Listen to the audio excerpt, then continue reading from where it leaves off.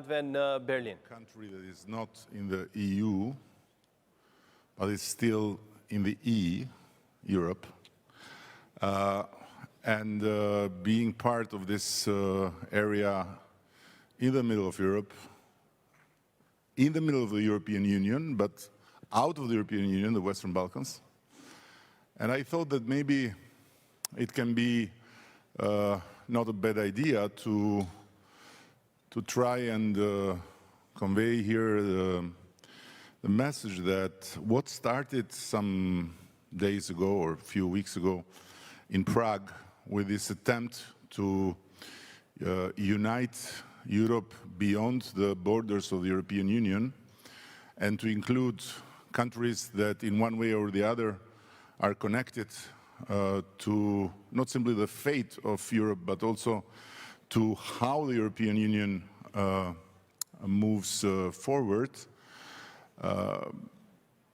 It's still a big question. Yes, this community is needed. We have seen it, especially in times that are becoming more and more common times and bringing more and more common challenges.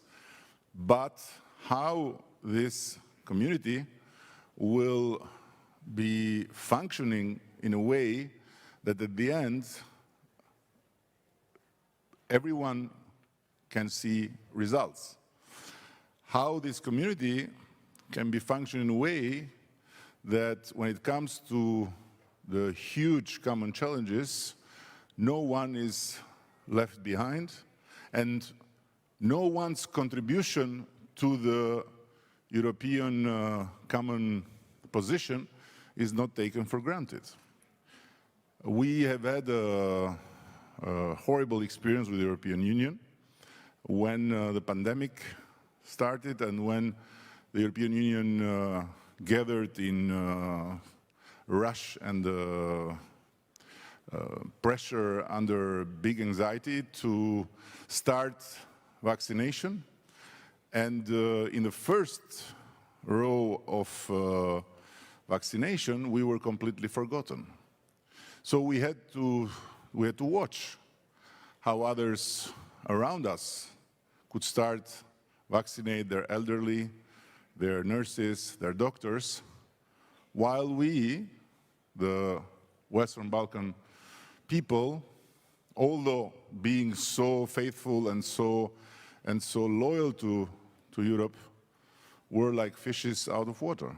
And what we could do, we had to run to find vaccines exactly where the narrative of the European Union says comes the danger.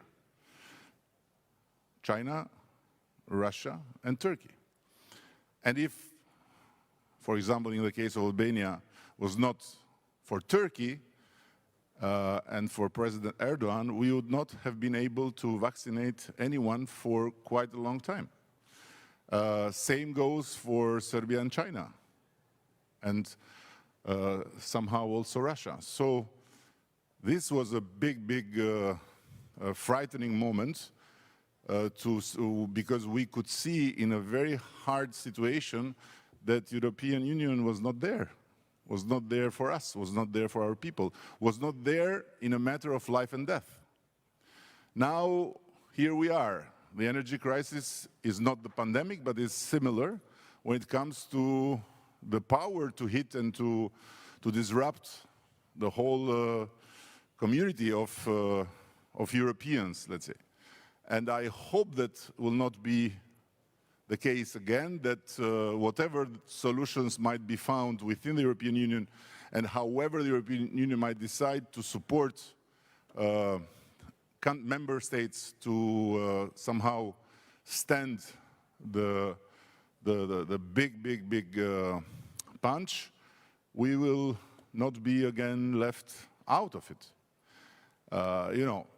We Albanians are very loyal people. We were the last to betray the Ottoman Empire, even when the Ottomans themselves decided to do something else.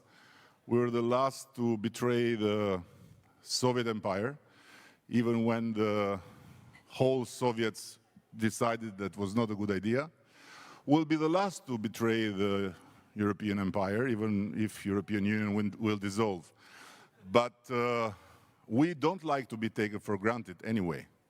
So I think that it's time to see deeper in how this family, the Socialist and Democrat family, where, by the way, there is less solidarity in deeds compared to the EPP family, let's say it, because the EPP guys support each other blindly. We in this family need to first scrutinize each other to the point that we make the solidarity even senseless. So I hope this will be somehow adjusted. But at the end, I would say that there are things that are really horrible. You know, we are not rich countries, and on one hand, we are seeing our youngsters and the best youngsters leaving because we don't have the same access to the European high education system. So our universities cannot create the synergies and cannot create the common path with universities in the European Union. On the other hand, we see that even them who we pay from our taxpayers' money to become doctors and nurses are swallowed by Germany like this in a second. So it doesn't seem really right, and it doesn't seem really European solidarity to see on one hand your universities and your youth left out of the system, and so leaving the country because they want to be part of that system, and rightly so. And on the other hand, to see our qualified workforce being swallowed by the richest countries.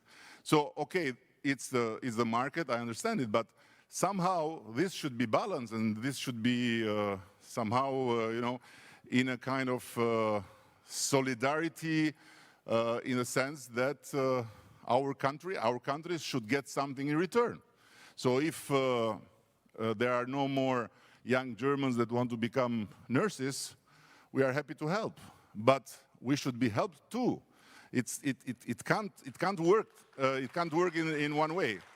And there are several themes like that that need to be addressed. And I hope this new European political community is not the ultimate French delicious cheese just to avoid the big meal, but it's a real meal. And it's a meal for everyone, not just for them with EU, but also for them with just E. Thank you. Thank you very much.